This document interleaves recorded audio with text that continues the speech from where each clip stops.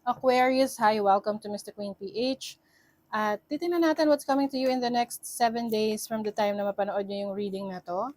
This is a timeless reading, so anytime na mapanood nyo to, as long as makaka-resonate kayo, this reading is for you. Paalala lang din na ito ay general reading, so pwede kayong makarelate, pwedeng hindi. Just take what resonates. Pa-follow, like, subscribe na rin sa ating channel. Thank you. Okay. Aquarius, owl. Ang owl, it symbolizes knowledge, learning. So, maaring iba sa inyo, may mga pinag-aaralan kayo, nire-research. Gusto nyong paunlarin pa yung kaisipan nyo eh. Oo. Pwede kasi itong personal nyong research na hindi naman natin kailangan naka-enroll sa school para may matutunan, di ba? Ngayon, open na ang information dahil sa technology, may internet, ganyan. So, for you, you want to add knowledge and skills para mas ma-improve mo rin yung sarili mo. Okay? And owl is also about clarity and wisdom. So, kung meron kang mga decision-making na gagawin anytime soon or in the next 7 days, alam mo na kung ano yung gagawin mo, alam mo na yung pipiliin mo, meron ka ng clarity. Dahil yung iyong experiences in the past, yan yung nagpatatag sa'yo, yan yung nagpatibay sa'yo. At dahil doon, marami ka ng natutunan na karunungan. Meron ka ng karunungan. Ayan. You also have breath. Breath is like, para siyang inspiration, new ideas. So dahil sa mga kaalaman mo, mas nagiging malikot yung isip mo. Marami kang mga ideas na naiisip ngayon na, ay, gusto ko tong gawin, gusto ko tong subukan, di ba? So mas nagiging active ka ngayon na mangarap, mag-set ng goals, mag-isip ng mga iba't ibang ideas kung paano mapauunlad yung sarili mo at ma-pursue yung mga goals mo. Let's see what else. And also yung potential mo rin mas nalalaman mo eh. Oo, kasi pwedeng ikaw ay nag-e-explore ngayon. Meron kang mga sinusubukan. So let's see ano pa for Aquarius.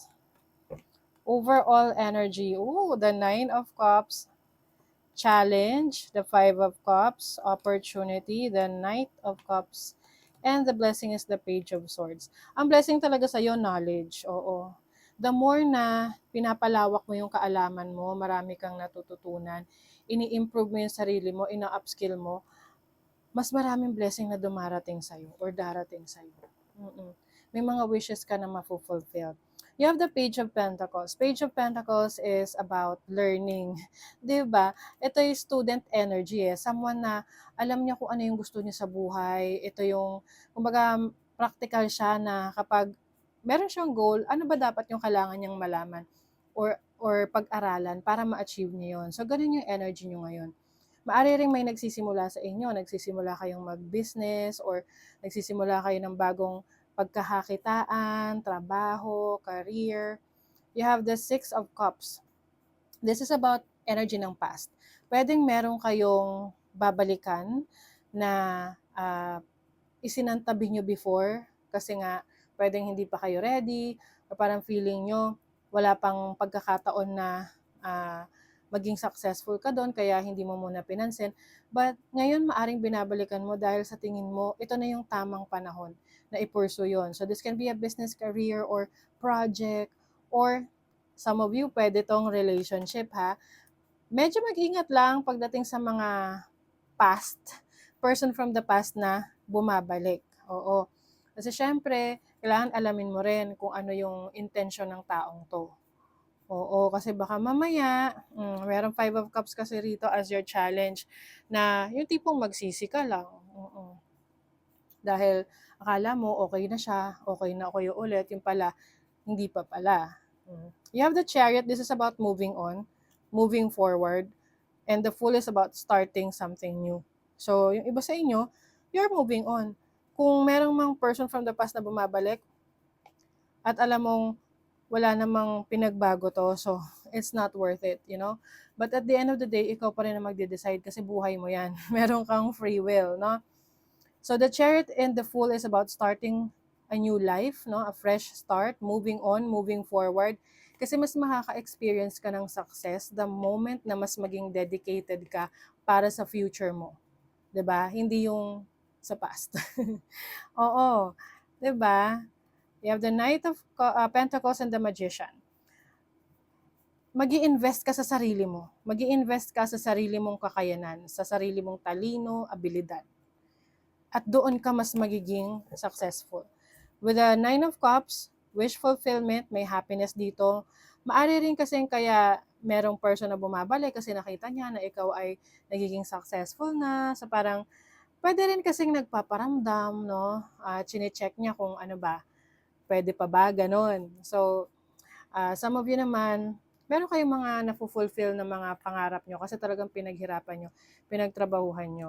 With the Five of Cups as your challenge, ito kasi yung mga bagay na maaring meron pang mga hindi ka pa nahi-heal or hindi ka pa nakaka-move on sa mga bagay na nawala sa'yo eh. Bagay, tao, sitwasyon na nawala sa'yo. And part naman talaga yan ng buhay natin na may mga pinagdadaanan tayo na may panghihinayang, may disappointment. Pero ang tanong, hahayaan mo ba na mag-stay ka sa ganyang sitwasyon o mag-move on ka? Kasi may mga iba pang opportunities na naghihintay sa'yo na maaring doon ka mas maging masaya. Doon mo makuha yung fulfillment na yan.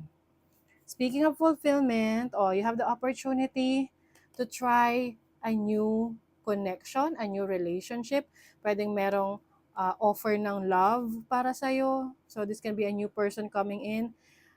Some of you naman, this is an offer. Pwedeng offer sa career, business, opportunity for you na nasa sa'yo kung i-explore mo yan. And with the Page of Swords as your blessing, ito yung pagiging mapanuri, no? Someone is very curious, inaalam niya yung mga detalye ng mga nangyayari sa paligid niya at nag-iisip ng maigi bago niya gawin. So, kung magiging maingat ka sa mga decision mo, mas magiging successful ka kasi maiiwasan mo yung mga bagay na hindi makakabuti para sa'yo. So, let's see money, career, finances. Oh, you have the Nine of Wands. Some of you medyo pagod na, no? Pagod na kayo sa trabaho, sa career nyo, or sa business ninyo. Pero you are staying strong. Alam nyo, ito yung sinasabing good problem.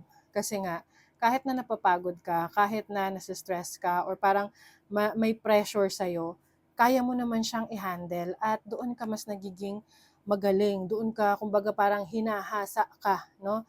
Doon ka mas nagiging empowered. Okay? So, pagdating sa career, trabaho, business career, nakakapagod pero worth it siya kasi merong success na kasama dyan. May fulfillment na kasama dyan.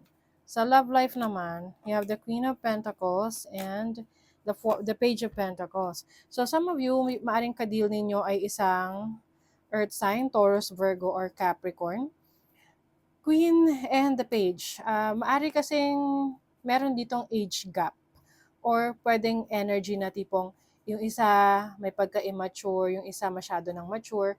So nandoon yung, although meron siyang parang polarity, no, na may pagkakaiba, but at the same time, pwede rin kasi siyang maging challenge dahil magkaiba nga, no? Halimbawa, you are dealing with someone na immature, ikaw, mature enough ka. So, syempre, ang hirap naman na mag-handle ng relationship na immature, 'di ba? For some of you naman, if you are in a relationship right now at sa tingin mo naman yung person mo ay meron siyang pangarap sa buhay and you're willing to support that person, then go ahead, supportahan mo kasi kung kayo naman ay pareho ng goal, edi magiging successful kayo together. Meron kang kailangan i-release and let go.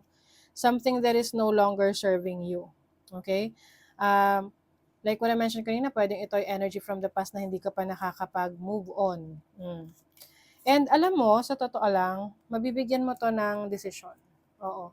Some of you, naghahanap lang kayo ng pagkakataon na ma-finalize yan or yung tipong magkaroon ng closure. Oo. Yan o, possessive and codependency. Pwedeng this is a relationship na parang medyo toxic na kailangan mo nang i-let go because hindi na siya nakakabuti para sa yung mental health. Gusto mo na ng freedom from that situation. Clear your mind. Yes, napaka-importante na clear ang isip mo. Di ba nga, like, gaya ng nasabi ko sa inyo, magkakaroon kayo ng clarity sa mga decision making ninyo. Balance spirituality and practicality. So spirituality, of course, this is something to do with your faith, yung paniniwala mo, pananampalataya mo. And practicality is yung actions na ginagawa mo para matupad yung mga pangarap mo. So kumbaga, yung pagdadasal natin or pananampalataya natin, kailangan sinasabayan mo ng action, okay? At plano, planning and action para ma-manifest mo or mangyari yung mga goals mo. Okay? So that is your reading, Aquarius. Thank you so much. See you again.